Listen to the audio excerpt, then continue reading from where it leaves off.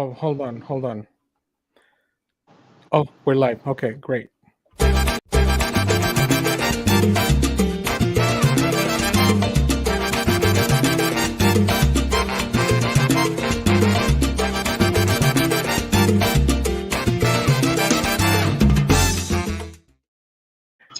Hello, guys, and welcome to the Nacho Show. This is Ignacio Valdez here from the beautiful Ogden, Utah. And we have a guest today. And today we're going to be go ahead and talk about more. Why does the state of Utah need a new flag? And to discuss about this, I have my good friend Jake Oaks. Fantastic individual. How you doing, Jake? Doing great, thank you. Excellent. All right. Well, hey, thanks so much for being here today. Well, I really wanted to bring this to everybody's attention, since we have a lot of people that listen to us, from other states and outside of the United States, and I wanted to talk about this. I mean, I'm very pissed off. I mean, I don't know about you, but I am. And this is not right. We do have a very beautiful flag that has a lot of meaning, and they want to change it for something else. Our flag has been the state of Utah flag has been since the 1800s, when it was established. And please correct me if I'm wrong. And I'm an immigrant myself, and when I came into the United States, or even know more about the state of Utah, I saw the flag and I thought that was very beautiful. So Yeah, yeah. you know, a lot of state flags have been going more simple, and this is one that stands out to people uh, because the intricate design. It's a very intriguing and beautiful design. There's some designs where you look at something and it's too busy for your eyes. It's just hard to look at. But despite being intricate, it's not busy. That's the beautiful thing of it. There's a lot of complex detail to it, but it's not a busy design. It's easy to look at. Mm-hmm. Absolutely, yeah. It's very easy to look at, and the beauty of it is that it's got fantastic meanings. So it looks like the design of the seal, just for everybody to know, was adopted in 1850 by the territory of Utah and modified by the artist Harry Edwards when Utah became a state in 1896. Just wanted to give everybody a little bit of a background. He added the bald eagle and cross to U.S. flags, which is what I like about it, to indicate the protection of the United States and Utah's loyalty to the nation. The inscribed dates 1847 and 1896 refer respectively to the settlement of the original Mormon community at Salt Lake City and the achievement of statehood.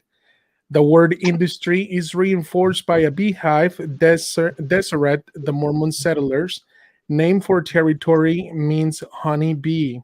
And either side of the beehive are seagull lilies, or the state flower, which are said to be a symbol of peace. They recall that early inhabitants often were forced to eat the bulbs of the lily when other food was unavailable. Wow, I didn't know that. So, so on March 9, 1911, Utah adopted a flag proposed by the local chapter of the Daughters of the American Revolution. The official design, the official design featured the central emblem of the state seal in white, but a sample flag that was to be presented to the warship USS Utah incorporated that design in full color with a narrow gold ring around it. The favorable reaction to this unauthorized modification led to a change in the law in March 11, 1913. The new flag, widely promoted by the Daughters of Utah Pioneers, a cultural organization, remained unaltered for nearly a century. So that tells you a lot. That definitely tells you a lot. Hearing now the meaning of the actual flag, it just gives you so much significance.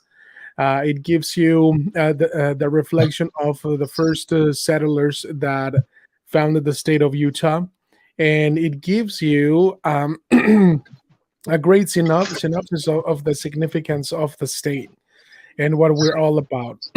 Because the flowers means peace, and then he talked, the United States, industry, like the beehive, and everything. So I think our current flag is very valuable.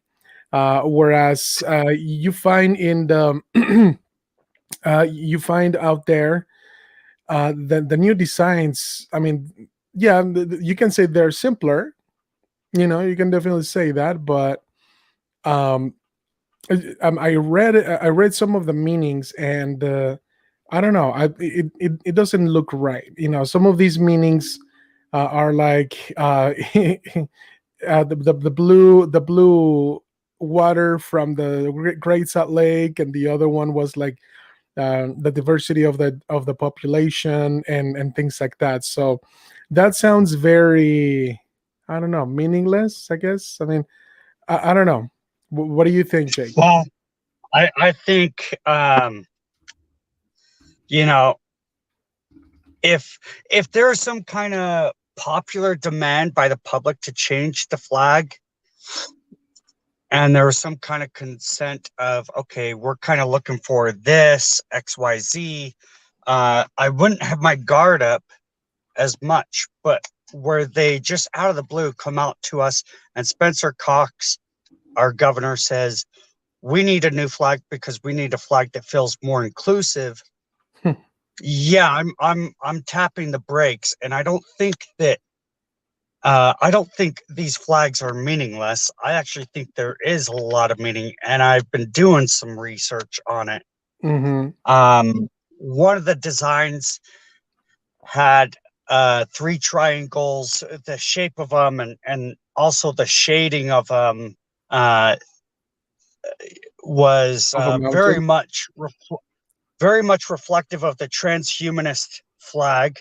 Transhuman is the idea of just being a collective intelligence and uploading our intelligence to a greater system, and just being a collective.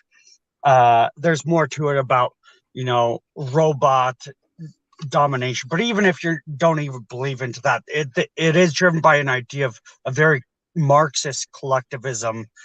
There's Mhm. also like 98% of the proposed designs have 8-pointed star, Mhm. and the 8-pointed star is a symbol of Ishtar, which is the Babylonian sexual goddess. Oh wow. Uh, so they first tried to sell us on it is the 8 points are to represent the 8 Native American tribes in Utah, but Mhm. there's only 5 tribes that are really recognized in Utah of any sort of prominence. Mhm. And I went to go figure out what they're calling the 8 tribes, and they had split up into like East Shoshone and South Shoshone, and they were just duplicating some of the same tribes. And so then I would check, okay, are the Native American groups differentiating by region?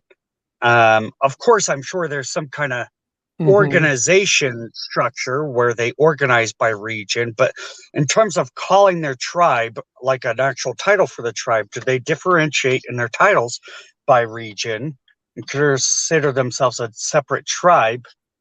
And they don't. There's only Mhm. 5 tribes, and when that BS, excuse my French, was called That's right. out, Now they're trying to sell us on, oh well, it's the Star of Bethlehem. See, here's a couple paintings of the manger scene, showing an 8-pointed star. I'm like, well, that's because of tradition of early Roman Catholic, uh, where there was a lot of paganism mixed in with it. Of there's statues of Libertas, the Roman goddess, which is kind of the equivalent of Ishtar, throughout the Vatican. Mm-hmm. And when Christianity kind of took over, they then said, "Oh, that's Mother Mary," even though it was really Libertas, a Roman goddess. And so there's a lot of pagan things from early Christianity that was mixed in, but it's like they could find one or two examples of the manger scene, but there's no sort of official standard of an 8-pointed star to be said to be the Star of Bethlehem. That's just a depiction in art they found. It's definitely, they're definitely promoting a symbol of Ishtar. So there's just some very concerning things about what they're trying to do with our flag. Oh wow! Definitely, these progressives are not joking around. They definitely are for real. And one person that I want to call in, I mean, not on the phone right now, obviously. One person that I want to talk about is Dan McKay. Dan McKay, Ah, he is proposing this terrible change, terrible. And Dan McKay, if you are listening or watching this video, please stop. Stop doing this madness. Utahns do not need nor want a new flag. Did you hear me? Do you understand this? Nobody wants Dan this. McKay. Dan McKay needs to be impeached immediately. And I don't throw that around lightly. If I don't like something a legislature is doing, I encourage people to communicate with their legislature. But he has a very, very dangerous ego where I won't go into a lot of detail because it's a long story. But last year during the legislative session, somebody wore a sticker promoting a bill that he didn't like, and he told them they weren't allowed to wear a sticker, even though there's no such rule. And this person still, against their First Amendment protected right of free speech, they took the sticker off, but yet Dan McKay still threw a temper tantrum, had Capitol Police arrest him and even tackle him to the ground, hog tie him. But what on the thing about the flag, I've seen a lot of friends commenting on Dan McKay's posts on social media about the flag. Yep. One person said, you know, why don't you get the consent of the people? Why don't we get to vote on this? Why aren't you Exactly. checking with us? Nobody asked for a flag.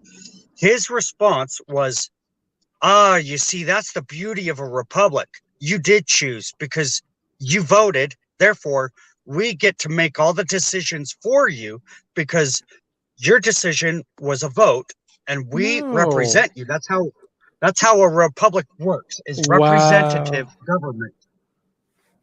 And I was like, oh my goodness, he's since deleted it. And I wish I had a screenshot of it, but Wow. that is extremely dangerous view that just because you're voted in, you don't need to listen to your constituents anymore. Wow. That is very dangerous. Yeah, definitely. It's not.